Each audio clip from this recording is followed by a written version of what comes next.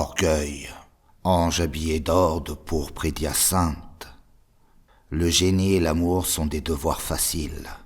Le goinfre. En ruminant, je ris des passants faméliques. Je crèverais comme un obus si je n'absorbais comme un chancre. J'ai pétri de la boue et j'en ai fait de l'or. Il portait dans les yeux la force de son cœur, dans Paris son désert vivant sans feu ni lieu, aussi fort qu'une bête, aussi libre qu'un dieu. Son regard n'était pas nonchalant ni timide, mais exhalait plutôt quelque chose d'avide, et comme sa narine exprimait les émois des artistes devant les œuvres de leurs doigts.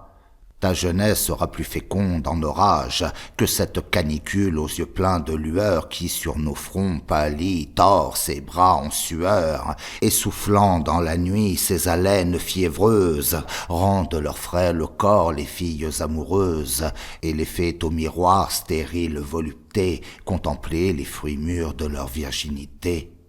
Mais je vois cet œil tout chargé de tempête, que ton cœur n'est pas fait pour les paisibles fêtes, et que cette beauté est sombre comme le fer, et de celle que forge et que polit l'enfer pour accomplir un jour d'effroyables luxures et contrister le cœur des humbles créatures.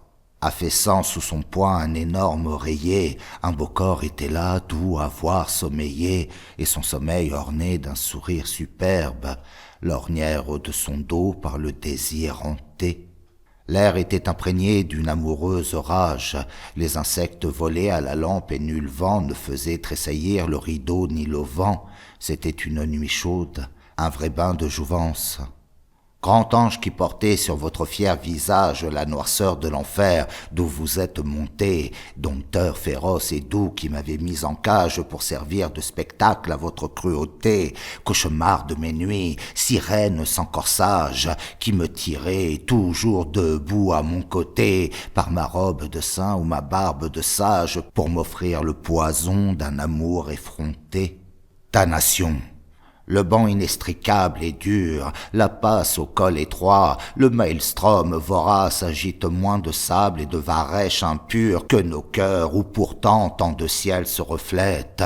Ils sont une jetée à l'air noble et massif, où le phare reluit bienfaisante vedette, mais que mine en dessous le taré corrosif.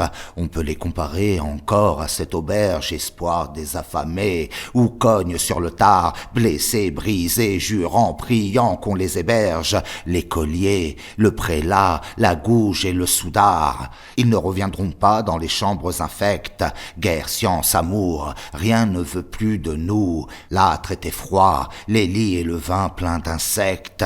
Ces visiteurs, il faut les servir à genoux. Spleen.